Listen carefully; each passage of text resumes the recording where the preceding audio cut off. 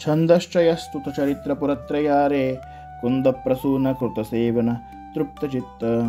त्वां दीनबन्धुमरुणेन्दुलसत्कपर्दं वन्देरिमर्दन सुहृद्धन विश्वनाथ। छन्दश्चयस्तुतचरित्र म्हणजे छंदश्चय म्हणजे छंदांचा समूह म्हणजे सृचांचा समूह, नी स्तुत म्हणजे स्तुती केलेले चरित्र ज्याचे आहे असा, पुरत्रयारे पुरत्रय म्हणजे त्रिपुरासुर त्याचा अरी म्हणजे शत्रू असलेला, कुंदप्रसून कृतसेवन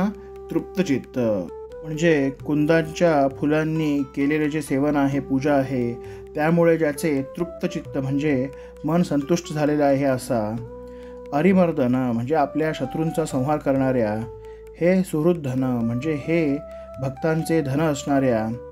हे विश्वनाथा, दीनबंधुम म्हणजे अनाथांच्या बंधू असलेल्या दीनबंधूला, अरणेन्दुलसत्कपर्दम अरुणेंदू म्हणजे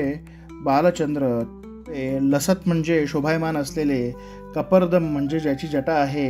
अशा त्याला, त्वाम तुला, वंदे मी नमस्कार करतो। वादिराज स्वामीजी येळ्ळूर येथील विश्वनाथाच्या दर्शनास आलेले असताना या श्लोकामध्ये विश्वनाथास नमस्कार करत आहेत। त्यावेळी विश्वनाथाची स्तुती करत असताना वादिराज स्वामीजी सांगतात, वेदातील ऋचांनी छंदांनी ज्याची स्तुती ज्याचे चरित्र गायले गेलेले आहे अशा हे विश्वनाथा, त्रिपुरासुराचा शत्रू असलेला हे विश्वनाथा, कुंद पुष्पांच्या सेवनाने अतिशय तृप्त मन ज्याचे झालेले आहे, जो संतुष्ट झालेला आहे अशा हे विश्वनाथा, शत्रूंचा संहार करणाऱ्या हे विश्वनाथा, भक्तांचे धन असणाऱ्या हे विश्वनाथा, अनाथांच्या बंधू असलेल्या तुला,